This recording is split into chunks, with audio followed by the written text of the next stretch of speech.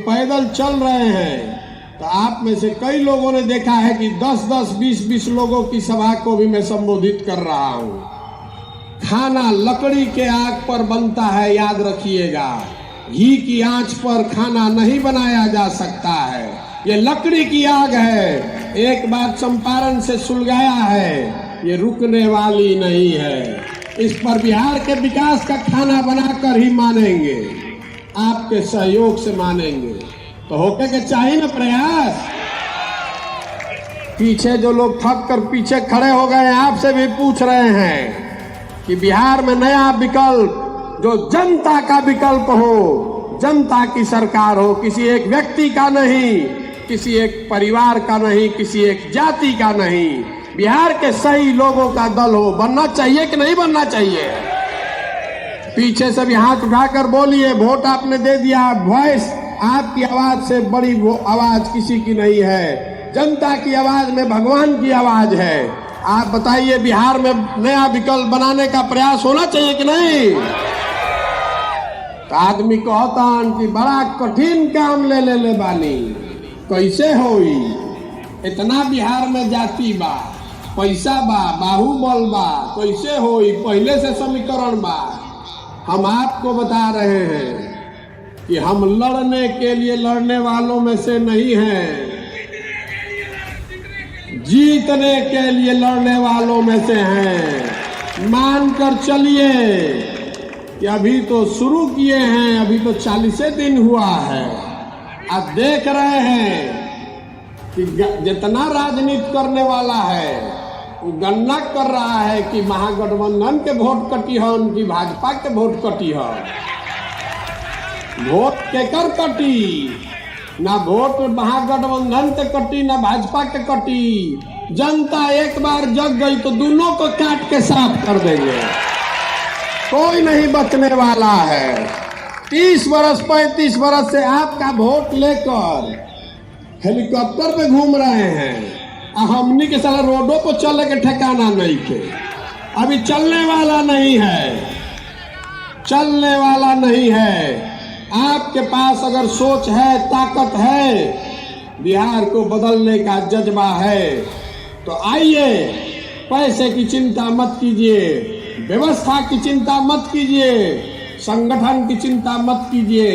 उसकी चिंता अपने भाई, अपने बेटे पर छोड़िए और इसमें लगिए। अपने लिए अपनी जगह बनाइए।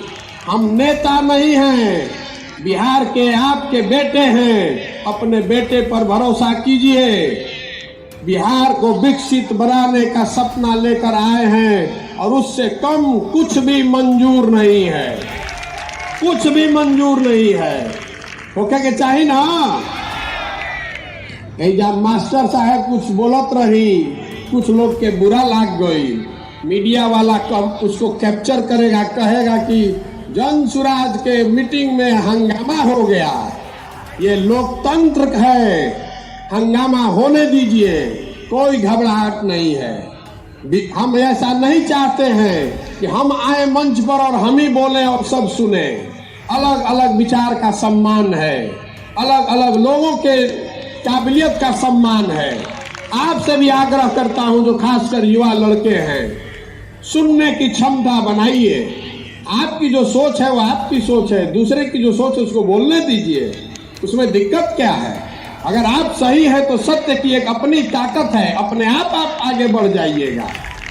दूसरा एक और बात मैं बता रहा हूं, इस जाति के जहर से बाहर निकलिए।